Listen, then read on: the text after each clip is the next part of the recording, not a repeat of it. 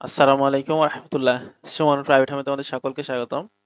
তো আজকে আমাদের হচ্ছে তোমাদের ক্লাস 8 বিজ্ঞান বই অর্থাৎ চ্যাপ্টার 10 অর্থাৎ এই 10 নম্বর চ্যাপ্টার কত বলো তো পর্ব 5।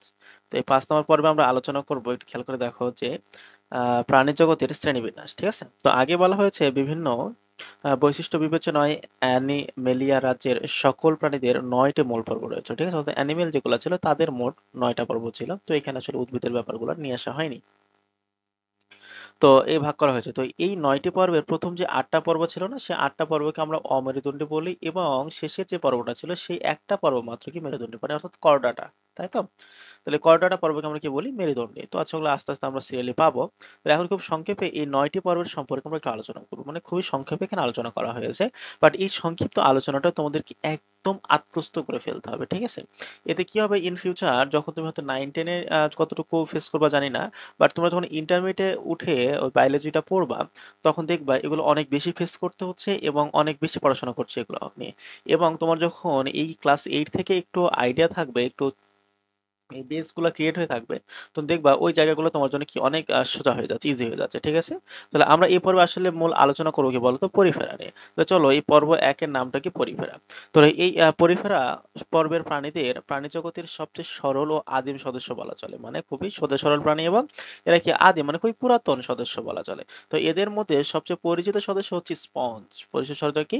স্পঞ্জ। তো স্পঞ্জের ছবি মনে হয় এর আগেও আমরা দেখে আসছিলাম, বা এই যে এটা কি স্পঞ্জের ছবি। ঠিক আছে, আচ্ছা, তাহলে এই প্রাণীদের উদ্ভব বা আসলে সামুদ্রিক পরিবেশে এবং পৃথিবীর সকল সমুদ্রে এবং মিঠা পানির জলাশয়ে এদের দেখা যায়। তো বহুকোষী হলেও এদের গঠন অতি সরল। এদের গঠনটা কি অতি সরল।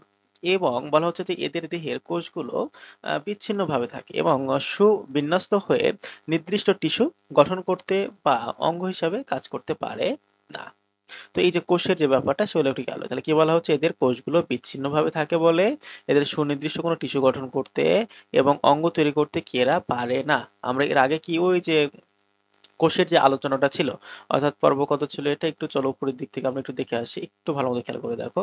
9টা বৈশিষ্ট্যের মধ্যে দেখো কোষের যে বিন্যাসটা না, এই যে এই জায়গাটাতে আমরা এসে কিন্তু পড়েছিলাম যে এই যে স্পঞ্জের কথা, তাই না? এবং এই জায়গাটাতে বলা হয়েছিল যে এরা আসলে মোটামুটি এটার যে কোষগুলো ছিল অবিন্যস্ত অবস্থায় থাকে, মানে আসলে টিস্যু তৈরি হয় না। তার মানে বেশ কয়েকটা কোষ এক জায়গা থেকে উৎপন্ন হয়ে যখন একই ধরনের কাজ করে তখন তোকে আমরা একটা কলা বলেছিলাম বা টিস্যু বলেছিলাম। এই কয়েকটা টিস্যু মিলে আবার একটা অঙ্গ তৈরি হয় এবং এই অঙ্গ মিলে আবার দেখা যায় একটা তন্তু তৈরি হয়। বাট এই স্পঞ্জের ক্ষেত্রে মানে হচ্ছে প্রথম যে পর্বটা হচ্ছে আমাদের পরিফেরা, এই পর্বের ক্ষেত্রে আসলে এই ঘটনাগুলো ঘটে না। এরা কি, এদের কোষগুলা কি অবিচ্ছিন্ন অবস্থায় থাকে, মানে এদের কোনো টিস্যু তৈরি হয় না বা টিস্যু দ্বারা অঙ্গ তৈরি হয় না। এবং কয়েকটা অঙ্গ মিলে কি তন্ত্র তৈরি হয়, মানে এদের অঙ্গ তন্ত্র বা টিস্যু কোনো কিছুই থাকে না, কেবলমাত্র কি থাকে এদের বলতো, কেবলমাত্র এদের অবিন্যস্ত মানে বিচ্ছিন্নভাবে ছড়িয়ে থাকে কিছু কোষ থাকে এবং এদের যত শরীরে শারীরবৃত্তীয় কাজ সবই কোষীয় পর্যায়ে হয়ে থাকে। ঠিক আছে, তো এই ব্যাপারগুলো একটু প্রয়োজনে নোট ডাউন করবা, খাতায় পয়েন্ট আকারে লিখবা।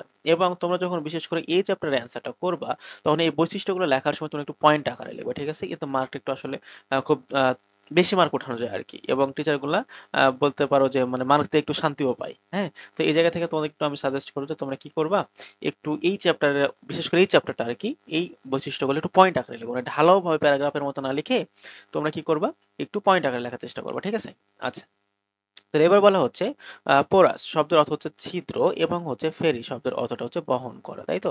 তাহলে এই দুই মিলে পরিফেরা তৈরি হয়েছে। তাহলে এই পরিফেরা আমরা যদি একটু জোর করে টেনে এর অর্থ করে কি হবে বলতো, তাহলে ছিদ্র বহন করা।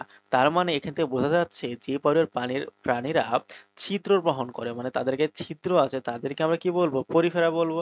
তাহলে এই পর্বের প্রাণীদের দেহে অসংখ্য ছিদ্র এবং নালিকা আছে, তো যেগুলোর মাধ্যমে ক্রমাগত এদের দেহের ভেতরের পানি প্রবাহিত হয়।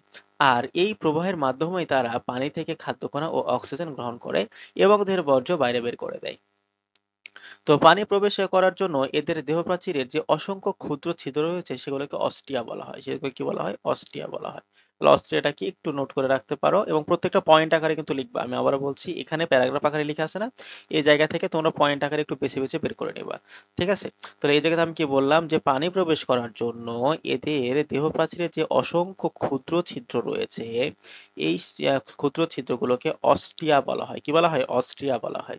তো ভেতরের প্রকোষ্ঠটি কোয়ানোসাইট নামে সূক্ষ্ম চুলের মতো ফ্লাজেলা যুক্ত বিশেষ কোষ দিয়ে পরিবেষ্টিত থাকে। তাহলে ভেতরে যে প্রকোষ্ঠটা রয়েছে সেটা কোয়ানোসাইট নামে সূক্ষ্ম চুলের মতো কি ফ্লাজেলা যুক্ত বিশেষ কোষ দিয়ে পরিবেষ্টিত থাকে। মানে এই যে প্রত্যেকটা দাড়ি মানে বুঝে নেবা প্রত্যেকটা এক একটা পয়েন্ট, ঠিক আছে? তাহলে এবার কোয়ানোসাইট গুলো তাদের ফ্লাজেলা ক্রমাগত নাড়িয়ে ভেতরে এক ধরনের পানির প্রবাহ তৈরি করে এবং পানি উপরের গর্ত দিয়ে বের হয়ে যায়। আর এই প্রক্রিয়া চলাকালীন সময়ে কোয়ানোসাইট পানি থেকে কি খাদ্য গ্রহণ, কোয়ানোসাইট কি করে? খাদ্য থেকে পানি গ্রহণ করে।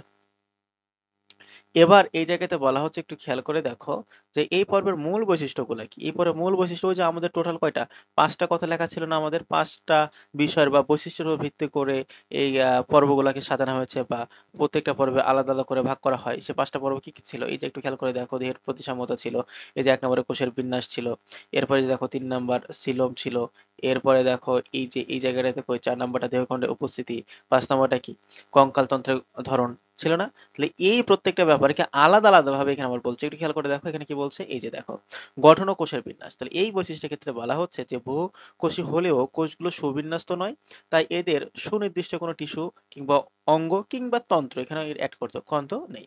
তাই এই পর্বের প্রাণীদের বিপাকীয় কাজ সম্পন্ন হয় কোষীয় পর্যায়ে, যত কাজ আছে সকল কিছু কোষীয় পর্যায়ে হবে।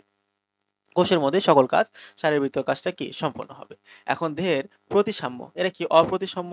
তাহলে এই অর্থ প্রতিসাম্য বলতে কি বোঝানো হচ্ছে, মানে বোঝানো হচ্ছে এদের যদি আমরা ভাগ করি বা কাটি, অর্থাৎ এই যে উদ্ভিদটার স্পঞ্জের কথা বলা হচ্ছে, তাহলে একে যদি আমরা আলাদা আলাদা ভাবে কাটি তাহলে ব্যাপারটা হচ্ছে এরকম হয় প্রত্যেকটা অঙ্গের ক্ষেত্রে যে সেম সেম জিনিস হবে না। মানে এদেরকে চাইলে আমরা কি সমান ভাগে, 2টা ভাগে, 3টা ভাগে, 4টা ভাগে কাটতে পারবো না। এই কারণে এগুলা কি অপ্রতিসাম্য। এরা বলা হচ্ছে দেহ গহ্বর নেই, এদের কি নেই, কোনো দেহ গহ্বর নেই, এবং হচ্ছে দেহখণ্ডের উপস্থিতি কি, এদের দেহখণ্ডের উপস্থিতিই নেই। এদের যেমন হচ্ছে হেড, নেক, এরপর টেল, এরপর দেখা যাচ্ছে এদের হেড, বডি, টেল, এবং এই যে ব্যাপারগুলা এই দেহখণ্ডকে আসলে এইভাবে তুমি ভাগ করতে পারবে না।